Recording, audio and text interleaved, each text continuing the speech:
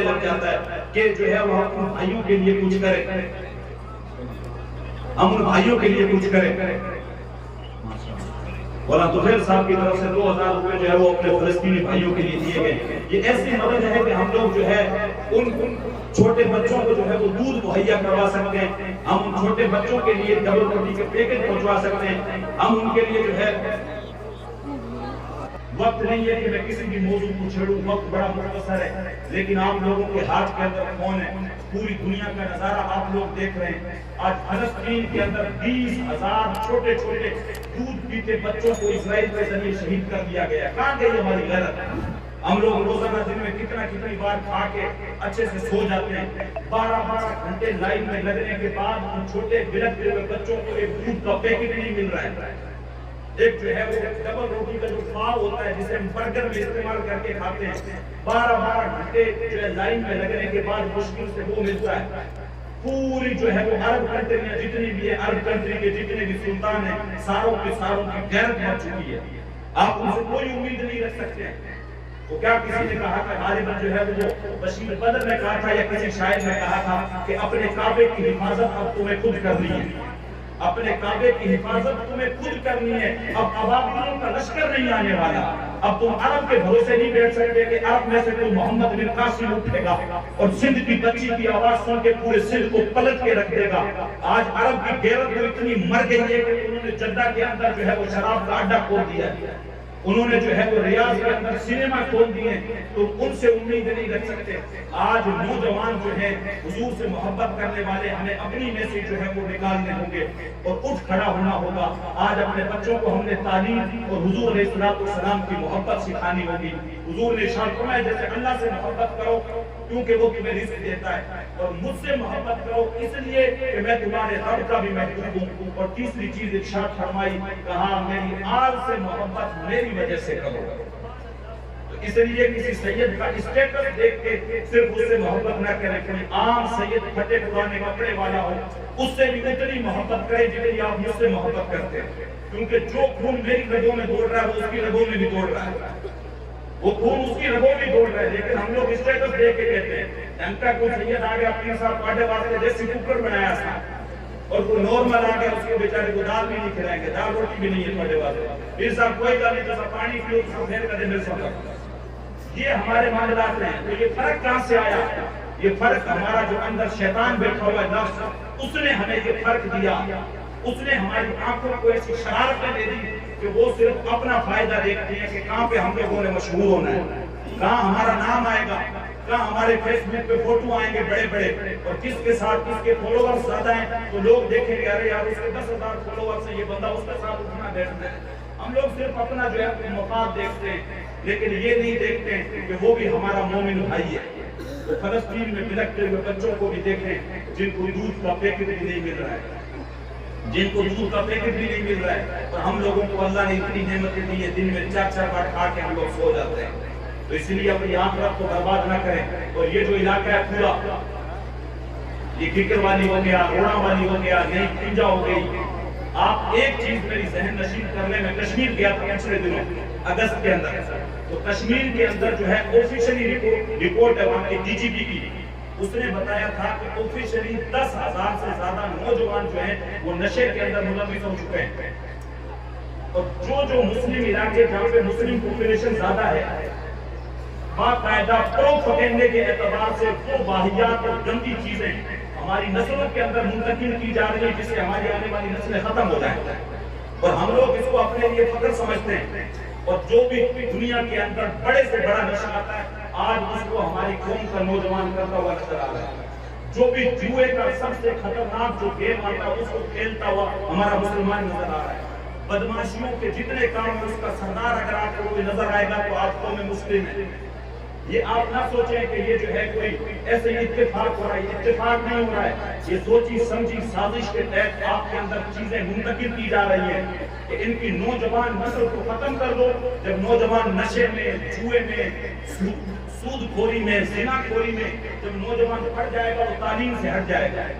ان کی روح جو ہے وہ مجروح ہو جائے گی، ان کی روح جو ہے وہ زخمی ہو جائے گی، اور محبت رسول جب ان کے سینوں سے کم ہو جائے گی تو یہ خود بخود جو ہے وہ ختم ہوتا چلا جائے گا۔ تو آج کی اس تقریب سے آپ یہ پیغام لے کے جائیں،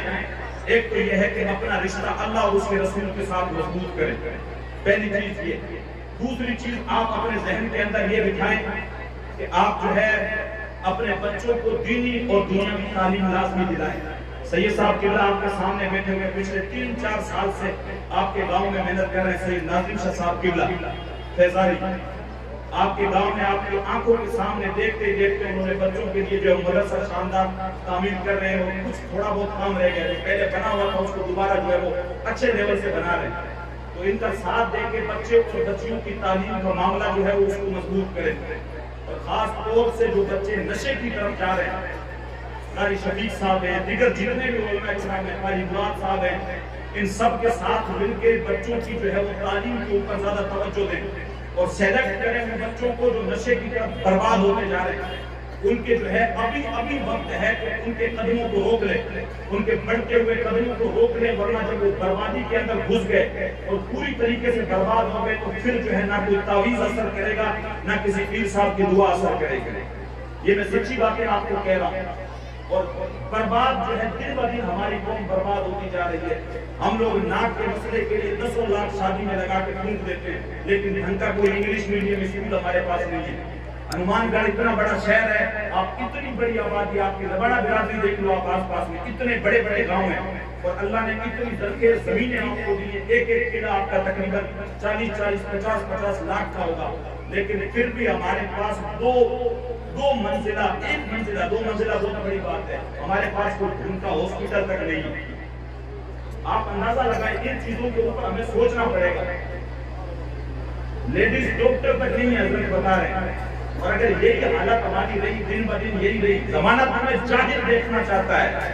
زمانہ یہ چاہتا ہے کہ تم جاہل رہو۔ جب جاہل رہو گے تم لوگوں کے لیے دنیا بچھاؤ گے، جب جاہل رہو گے لوگوں کے لیے منچ تیار کرو گے، جب تم جاہل رہو گے لوگوں کے لیے کرسیاں لگاؤ گے، اور لوگ تمہیں کرسیاں لگوا کے دریاں بچھا کے پنجابی میں کہتے ہیں تمہیں ٹھڈا ماریں گے۔ جب تم اپنا حق مانگو گے تمہیں ٹھڈا ماریں گے، تمہارا حق وقت کچھ نہیں ہے۔ حق آپ کو تب ملے گا جب آپ تعلیم حاصل کر کے ان کی آنکھوں میں آنکھیں ڈال کر ان کے سامنے کھڑے ہوں گے۔ جب تعلیم ہوگی تو آپ اپنا حق ان سے چھین لیں گے، آپ ان کے گریبان میں اپنا ہاتھ ڈال کے آپ جو ہے وہ چھین لیں گے۔ میں علماء سے بھی گزارش کروں گا، ایک دور تھا جب علماء، میں سب سے بڑی جو ہے وہ بات کہہ رہا ہوں آپ کو، لکھنؤ کے میدان میں آزادی کے وقت پہ ہمارے علماء نے فیصلہ کیا تھا کہ مسلمان سیاست میں حصہ نہیں لیں گے۔ وہ اس وقت کی ان کی سب سے بڑی غلطی تھی جس کا خامیازہ ہم لوگ آج بھگت رہے ہیں۔ اگر اس وقت مسلم جو ہے وہ سیاست کے اندر آئے ہوتے تو آج برابر کی ہندوستان کے اندر حصے داری جو ہے وہ مسلمانوں کی ہوتی۔ اب بھی دیر نہیں ہوئی ہے، میں علماء سے گزارش کروں گا، اچھے جو پڑھے لکھے علماء ہیں، جو سمجھدار لوگ ہیں، سیاست کوئی بری چیز نہیں ہے، آپ کو سیاست میں آنا پڑے گا۔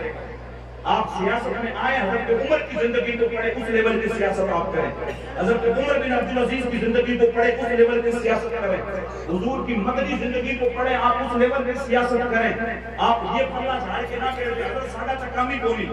آتا سرکن زیادہ جانے، جب کچھ جاہل نٹ انگوٹھا چھاپ آپ کے اوپر سیاسی بن جائے گا اور آپ کے اوپر حکمرانی کرے گا تو وہ پھر قوم کا بیڑا گرک ہونا ہے۔ لیکن اگر کوئی پڑھا لکھا اٹھ کے آئے گا اور وہ آپ کی باغ ڈور سنبھالے گا، اور وہ جب سیاسی مقام پر منچ پہ کھڑا ہو کے آپ کے حق کی باتیں کرے گا تو وہ جو ہے سیاست سے، وہ حکومت سے آپ کے حق منوانا جانتا ہے، کیونکہ اس کے پاس تعلیم ہوگی۔ تو چھوڑو یہ جو پرانی جو روایتیں ہیں اس کو ختم کرو کہ نہیں ہم نے سیاست میں نہیں آنا۔ ہمارے مدرسے کے پڑھے ہوئے علماء بھی ہیں، ان میں اگر کسی میں بولنے کی اچھی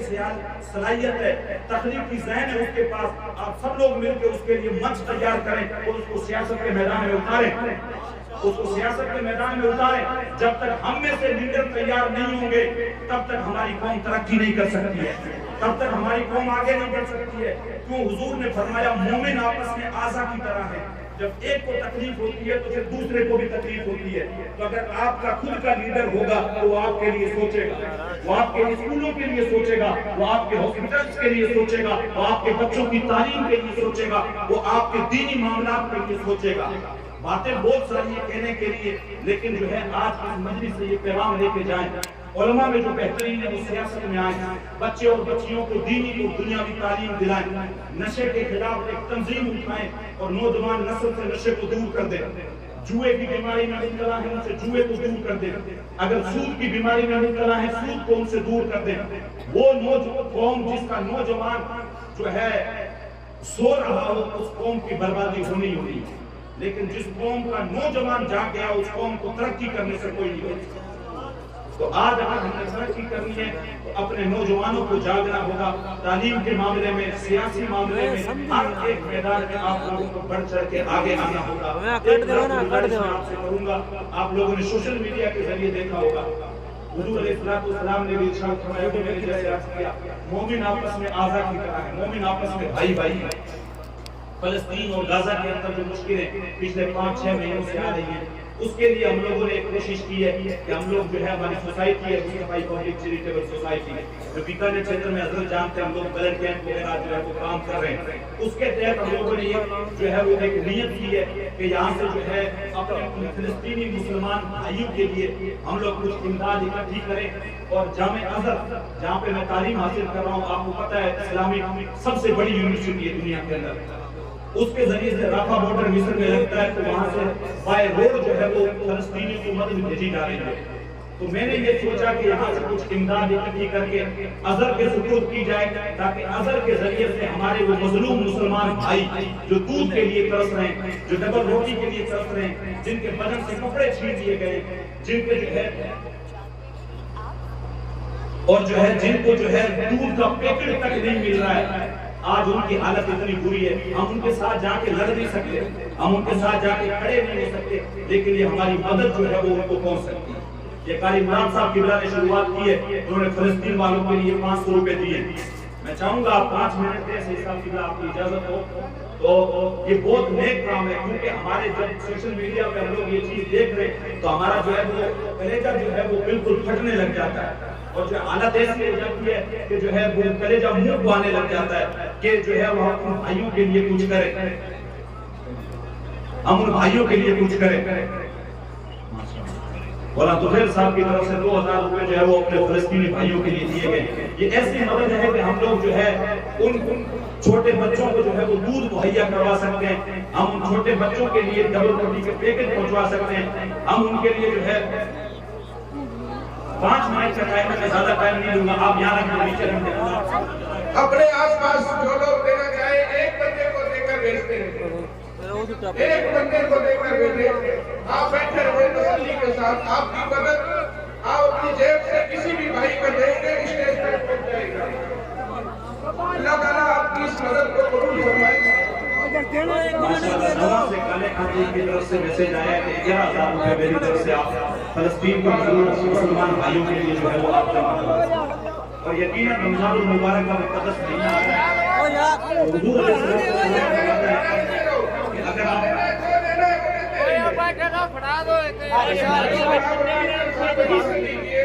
رہے گا جتنا بھی دے رہے، اور یہ دیا ہوا ہی کام آئے گا یقیناً۔ ہاں لیڈیز میں اگر وہاں